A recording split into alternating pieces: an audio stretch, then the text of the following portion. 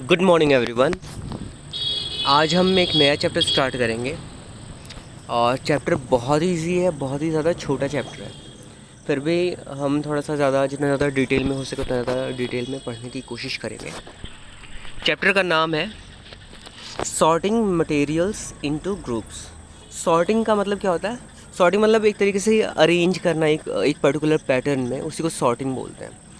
अगर आप कंप्यूटर पे जाओ, डेस्कटॉप पे, तो उसमें जो है जब भी आप डेस्कटॉप पे जाओगे और वहाँ पे राइट क्लिक करोगे तो वहाँ पे सॉर्ट करने का आता है। सॉर्ट कैसे आप करना चाहते हो, कौन से पैटर्न में करना चाहते हो, ठीक है। तो उससे ये होता है कि सॉर्ट करने से क्या होता है कि आपका जो आपके कंफर्ट के हिसाब से चीज़ें अरेंज हो जाती हैं।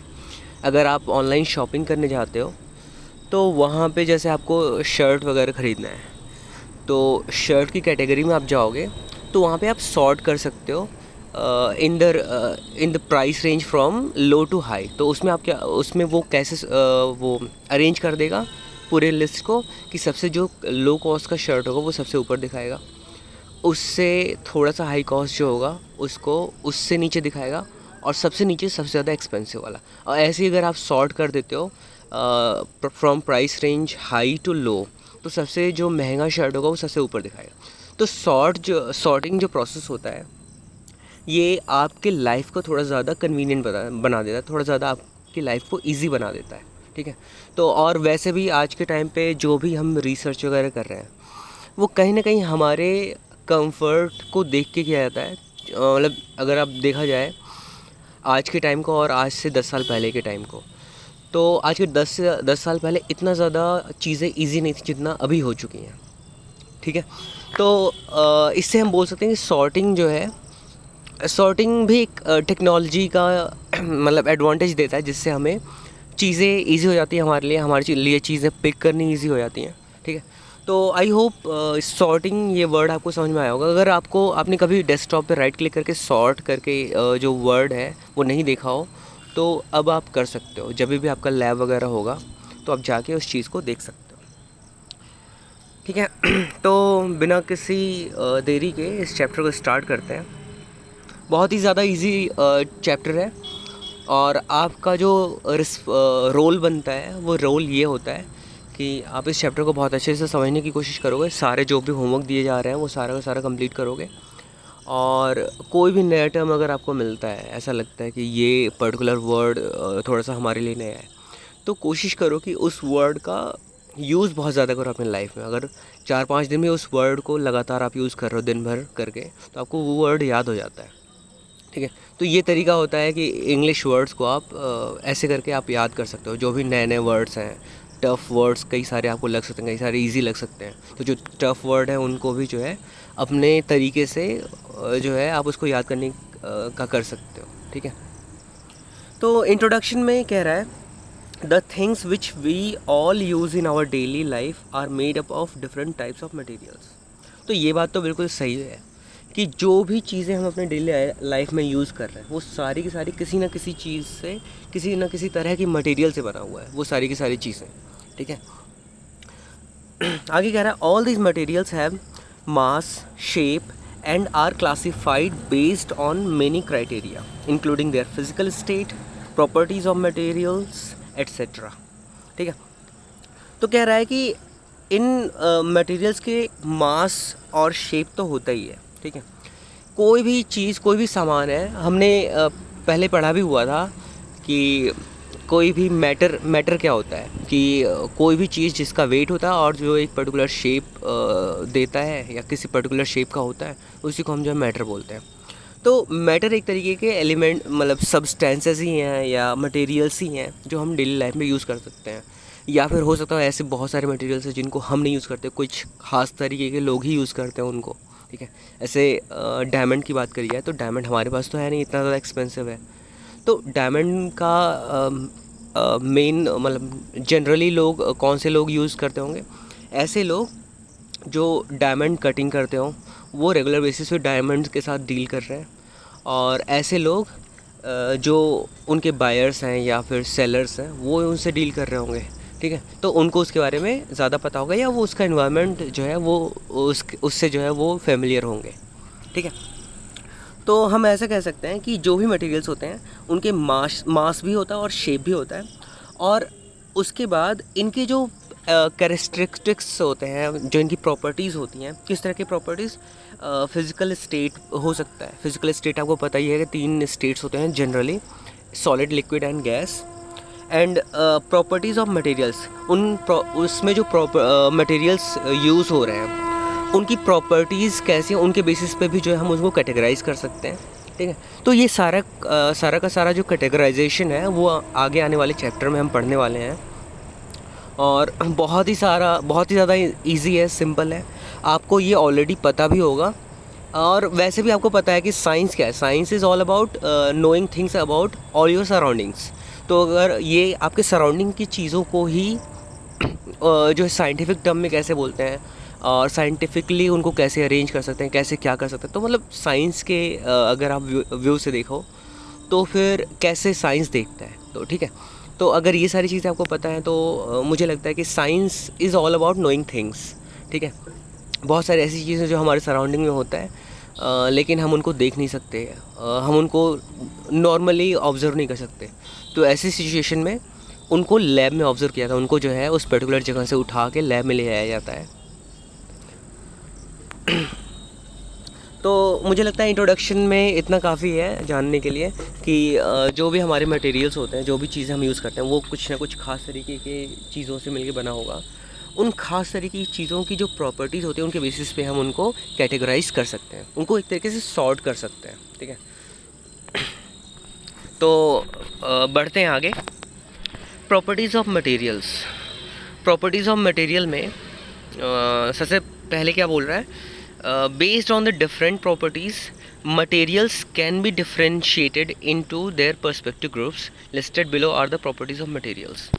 तो प्रॉपर्टीज़ के बेसिस पे जो है लिस्ट किया जा सकता है बहुत अलग अलग तरीके के मटेरियल्स को। मतलब सिंपली हम ऐसे बोल सकते हैं कि प्रॉपर्टी, अगर हम स्टेट ऑफ मैटर बात कर रहे हैं, स्टेट ऑफ मैटर की, सॉलिड, लिक्विड या फिर गैस, तो वो भी एक तरीके से उसकी प्रॉपर्टी ही हुई। फिजिकल प्रॉपर्टीज़ कुछ हो सकती हैं, कुछ केमिकल प्रॉपर्टीज़ हो सकते हैं, लेकिन हम प्रॉपर्टीज़ के बेसिस पे ही चीज़ों को कैटेगराइज कर सकते हैं, क्लासीफाई कर सकते हैं या फिर सॉर्ट कर सकते हैं।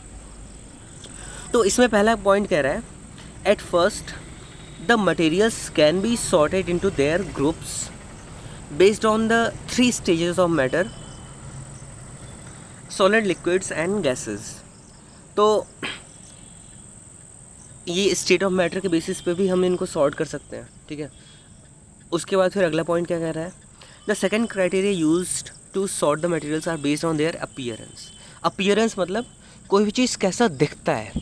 ठीक है। कोई भी मटेरियल उसका जो है उसको हम कैसे, हमारे परसेप्शन में वो कैसा दिख रहा है। जैसे सोना हुआ, वो उसका शाइन बहुत ज़्यादा, वो बहुत ही ज़्यादा शाइनी है और येलो कलर का है। ठीक है। तो ये उसका अपीयरेंस है। डायमंड जो है शाइन बहुत ज़्यादा करता है जब उस पर हम लाइट जो है डालते हैं। तो लाइट जब हम डालेंगे तो वो रिफ्लेक्ट कर रहा है और बहुत ज़्यादा शाइन कर रहा है, ये डायमंड का अपीयरेंस है। ठीक है। मैंगो हुआ, मैंगो स्मूथ होता है, उसका एक पर्टिकुलर शेप होता है और एक पर्टिकुलर कलर होता है, तो ये उसका अपीयरेंस है। अपीयरेंस मतलब कोई भी चीज़ कैसे दिख रहा है। ठीक है। तो the appearance of materials varies in colour, texture, hard, soft and lustre. Lustre क्या होता है, शाइन। कोई भी चीज़ अगर शाइन कर रही होती है तो हम इसको बोलते हैं कि इस चीज़ में लस्चर है, इस पर्टिकुलर चीज़ में लस्चर है। अगर मान लो कोई भी लाइट है, लाइट जल रहा है, या फिर लाइट को छोड़ो, मेटल्स हैं, मेटल को मैंने कहीं से रेती से या फिर आरी से काट दिया, तो जब वो कटता है तो जहाँ से कटता है उस जगह पे थोड़ा सा ज़्यादा शाइन कर रहा होता है वो मेटल, पर्टिकुलर मेटल। तो हम बोल सकते हैं कि उस पर्टिकुलर जगह को देख सकते, ऑब्जर्व करके हम ये बोल सकते हैं कि उस मेटल में लस्चर था। ठीक है। तो आई होप ये चीज़ भी हमारा क्लियर हो गया होगा। Third point is the third criteria use to sort the materials are based on their solubility. Solubility क्या होता है, ये हमने क्लास 5 में बहुत ही अच्छे से डिस्कस किया था, बहुत ही ज़्यादा इसमें हमने टाइम दिया था। तो सॉल्युबिलिटी क्या होती है, कोई भी चीज़ का, किसी भी तरह के मटेरियल का किसी दूसरे लिक्विड में, कोई भी ऐसा दूसरा मटेरियल जो लिक्विड स्टेट में है उसमें घुल जाने की एबिलिटी, या फिर कोई भी चीज़ अगर गैसेस स्टेट में उसमें भी अगर घुल जा रहा है तो वो भी गैस में घुलने की एबिलिटी, ठीक है, उसी को बोला जाता है solubility. The solubility depends on soluble and insoluble of materials in solubility and इनसॉल्युबिलिटी of materials in water. इसको सही कर लेना आप लोग, सॉल्युबल एंड इनसॉल्युबल नहीं है, solubility and इनसॉल्युबिलिटी of materials in water. तो यहाँ पे तो स्पेसिफिकली वाटर बोला, जनरली हम बोल सकते हैं किसी भी लिक्विड में या फिर किसी भी गैस में अगर कोई भी मटेरियल डिज़ोल्व हो जा रहा है, उसमें घुल मिल जा रहा है अच्छे से, तो उसको उस पर्टिकुलर आइटम की सॉल्युबिलिटी उस पर्टिकुलर लिक्विड में बोला जा सकता है, ठीक है। मतलब अगर मान लो तेल है, ठीक है, तेल भी एक तरीके का लिक्विड है, तेल में एक पर्टिकुलर कोई चीज़ हो जो उसमें जाके अच्छे से घुल मिल जाता हो, तो जैसे मान लो कोई एक पर्टिकुलर एग्जांपल एक्स ले लो, ठीक है, तो एक्स कोई मटेरियल है, वो एक्स मटेरियल अगर तेल में ऑयल में जाके घुल मिल जा रहा है अच्छे से, तो उस एक्स मटेरियल को क्या हम बोल सकते हैं कि X material has solubility in oil, this particular kind of oil. हर तरह के ऑयल तो अलग अलग, सबकी अलग अलग प्रॉपर्टीज़ होती हैं, ठीक है। तो ऐसे करके आप बोल सकते हो कि सॉल्युबिलिटी जो होती है वो डिफरेंट सब्सटेंसेस की एबिलिटी होती है डिज़ोल्व होने की किसी भी पर्टिकुलर, किसी भी तरह के सॉल्वेंट में या किसी तरह के लिक्विड में, आप ऐसे बोल सकते हैं। For example salt and sugar are soluble in water, chalk and sand are insoluble in water. तो सॉल्ट एंड शुगर जो होते हैं ये वाटर में बहुत अच्छे से जाके घुल जाते हैं, तो इनको जो बोल सकते हैं कि salt and sugar has ability to dissolve in water, that's why they are soluble in water, ठीक है। और ऐसे ही chalk and sand they are not soluble in water, that's why they are called insoluble substances in water, ठीक है। तो ये भी मुझे लगता है कि ये पर्टिकुलर पॉइंट हमारा बहुत अच्छे से क्लियर हो गया होगा। Next point is this criteria used to sort the materials is based on the metal and non metals, ठीक है। अब ये पर्टिकुलर क्राइटेरिया क्या क्या कह रहा है कि जो भी सब्सटेंसेस हैं उनको दो कैटेगरी में हम डिवाइड कर देते हैं, एक या तो मेटल होगा या तो नॉन मेटल होगा। ऐसे सब्सटेंसेस जो जिसमें मेटेलिक प्रॉपर्टीज़ होंगी उनको हम मेटल वाली कैटेगरी में रख देंगे, दूसरे सब्सटेंसेस जिनमें मेटल वाली प्रॉपर्टीज़ नहीं होंगी उनको हम नॉन मेटल वाली कैटेगरी में रख देंगे, एज सिंपल एज दैट।